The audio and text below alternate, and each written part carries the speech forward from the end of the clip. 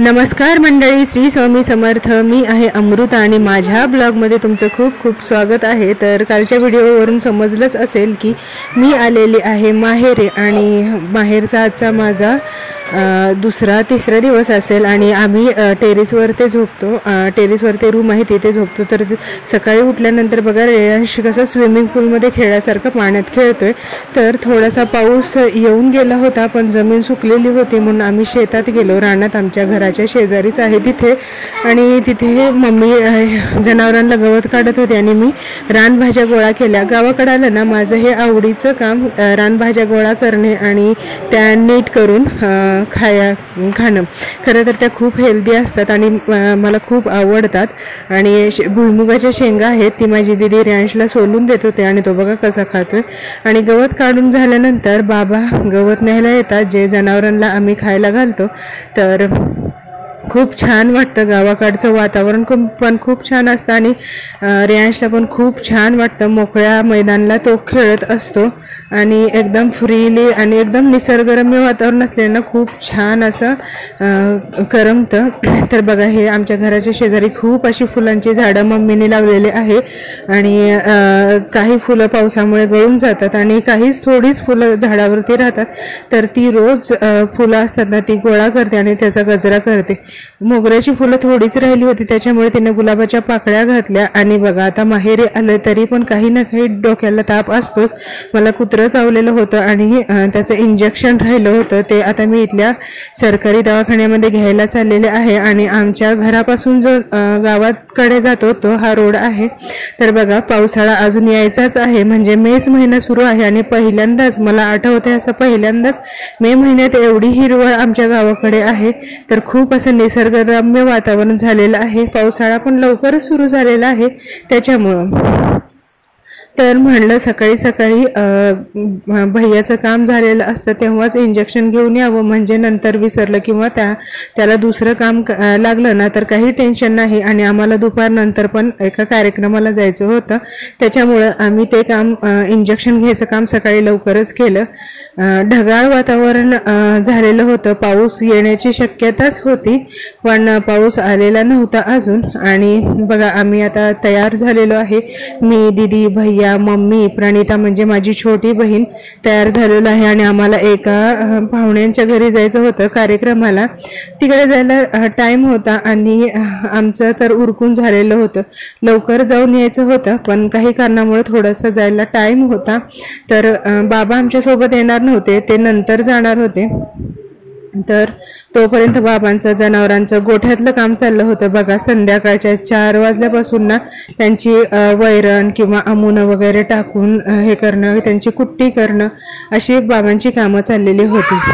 तर आता म्हणलं जायला टाईमच आहे, तोपर्यंत थोडासा टाईमपास केला घराच्या समोर। आणि बघा पावसाचं वातावरण झाल्यामुळं मस्त मुक्त गोठा केलेला आहे, त्याच्यामध्येच कोंबड्या बदक मस्त फिरत आहेत आणि खूप छान वाटत आहे। जसं आपल्या माणसांना पण पावसाळी वातावरण झाल्यानंतर किंवा निसर्गामध्ये बदल झाल्यानंतर खूप छान वाटतं ना, तसंच प्राण्या पक्ष्यांना तर आपल्यापेक्षा जास्त छान वाटतं।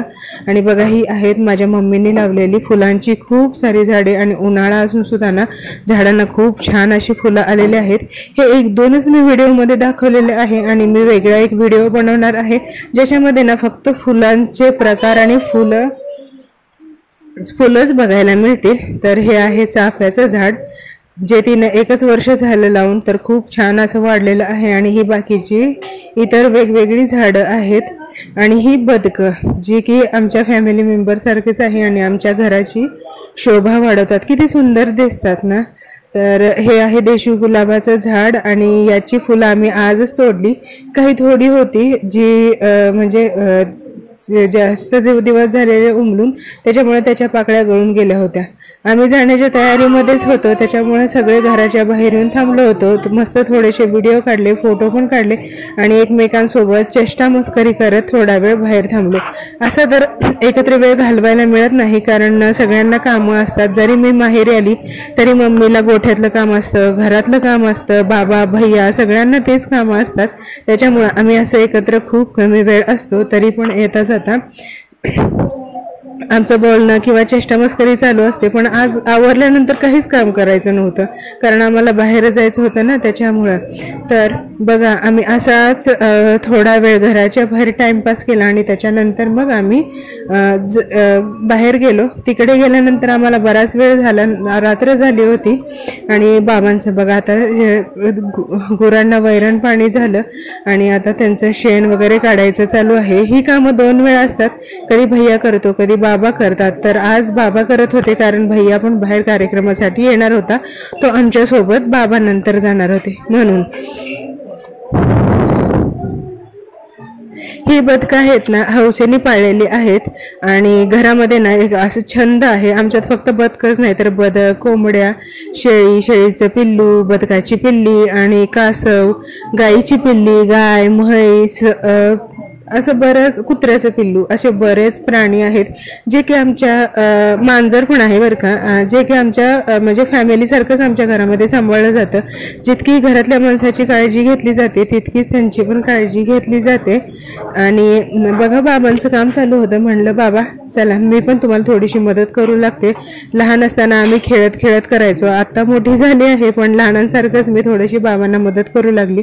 जो खत नेतो ते बाबांना थोडासा ढकलू पण लागला आणि रिकामा गाडा होता तो त्यांना जिथं पाहिजे होता तिथं लावून दिला होता.